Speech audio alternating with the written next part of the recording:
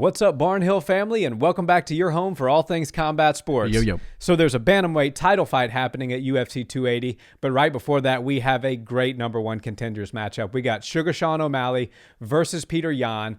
I think the fact that this fight is a 3-round fight makes it very interesting and a lot closer than the odds would tell you. I have to agree with you on that. And one thing we know about Suga Sean is whenever there's a major pay-per-view or there's something really big to sell, the UFC sticks him on that card. And I think this absolutely is a number one contenders fight. I mean, you've got the number one guy fighting the number 13 guy, but as far as the fans are concerned, Suga Sean is the top contender. With the way he's able to move numbers and the way he's able to sell fights for the UFC, it makes all the sense in the world that this would be a number one contenders fight and could launch Suga Sean right into a title fight with a big win over the former champ, the monster himself, Petr Yan. I think absolutely it will. When you have somebody who defeats the number one contender, that puts them in the discussion, and then if that person is extremely marketable like Sean is, even that much more. So I think the winner of this fight is pretty squarely the number one contender. And I know there's the Merab Dvalishvilis out there. There's the Corey Sandhagens. But this fight matters. This is a big fight, and it certainly feels like one. What I talked about in the beginning of the video, it being 3 rounds, my prediction would be that Yan would be able to finish Suga come round 4, come round 5, if this were a 5-round fight.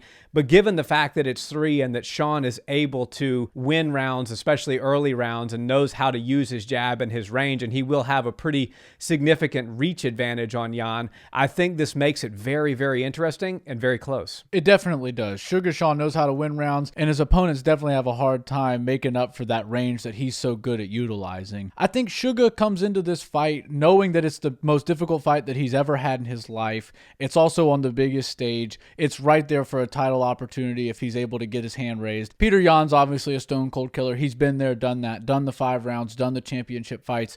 But Suga Sean's going to have a real test as far as how does he act in a number one contenders match? How does he rise to the occasion?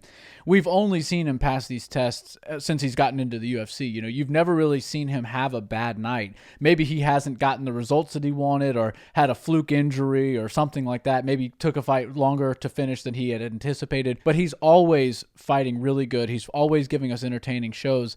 And I think that's exactly why the UFC has kind of fast-tracked him.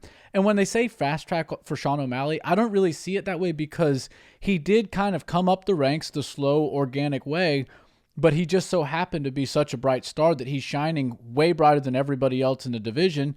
And when everybody seems to have a dance partner except for Petr Yan and Suga Sean, who have been going at it on Twitter and, over social media for a couple of years now, it just makes perfect sense. Another thing that sticks out to me is the fact that whether TJ wins the title fight or Aljamain wins the title fight, I can't really see a scenario where they go with an immediate rematch for either guy. You've got a stud in Petr Yan and Suga Sean fighting right there before the co-main event starts. So I feel like this is perfect for the landscape of the future of the top of the division. And we might see the winners fight each other for a belt, and we might see the losers fight each other to see who remains in that top 3, top 5 position. But all in all, we know when Suga Sean steps into that octagon, we're going to get fireworks, and the same can be said for Petr Yan. So I'm super hyped for this one. Me too. And I think with the placement, the matchmakers are telling us everything that we need to know.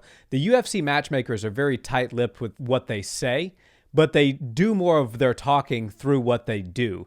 And what I mean by that is they wouldn't have this fight happening right before the bantamweight title fight if they didn't think that the winner of this fight could easily go in there against the winner of the title fight. And as you said, maybe even put the losers together. So they do things like this for a reason. As we saw with UFC 279, they have plan A, plan B, and plan C. So I hope all the fights stay intact. Knock on wood. I'm not changing anything here. But I think that this fight is certainly booked right before the title fight for a specific reason.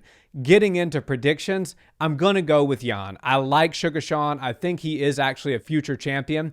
I think he's a lot better than a lot of people give him credit for. People see the tie-dyed hair, the antics and stuff like that on social media, the silly videos that he posts, and don't take him as seriously as maybe he should be taken. He's a very good fighter, but I think Yan is just a little bit better. I think he's a little bit more complete. I'm looking for Yan to throw a lot of heavy leg kicks earlier. We know Suga's had some knee problems in the past.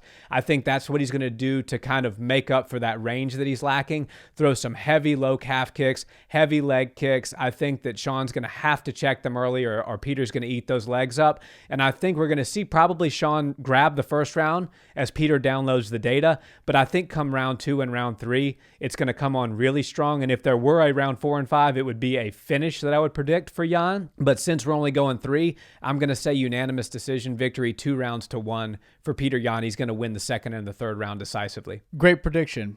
But I'm going to have to go with Suga Sean. You know, this is 3 rounds, and I think this is primed for him to take. He's really good at winning the first and second round. The only thing that sticks out to me that kind of makes me worry, if you are a betting man and you want to bet on Suga Sean, is durability, right? So there's a difference between toughness and durability, and Suga is very tough. He's a guy that knows how to get through a fight, even if he is injured. But sometimes your body just flat out can't hold up for you. We saw that against Chito Vera, and I'm sure he would have liked to continue to fight, but he just simply couldn't.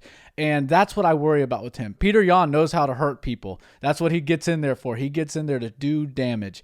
And Suga Sean is, like I said, he's a tough guy, but his durability is a little bit in question. And that's why I worry a little bit about him. But I could see him skating through the first and second round, getting easy wins because Peter is busy trying to download the data. And then come third round, he can just kind of get on his bike and ride around and jab and move and stick and move and whatnot. And then Peter will be playing catch up, leaving himself exposed, which could wind up getting him hurt. You know, Suga does have a lot of power in those shots, especially when he throws them at long range. So I'm going with Suga Sean. I think it's going to be 2-1. He's going to win the first 2, and then he's going to play it smart in the third round. But if there is a finish, it's likely going to be Suga Sean hitting Petr Yan in the third round when he starts exposing himself because he knows he's down on the scorecards.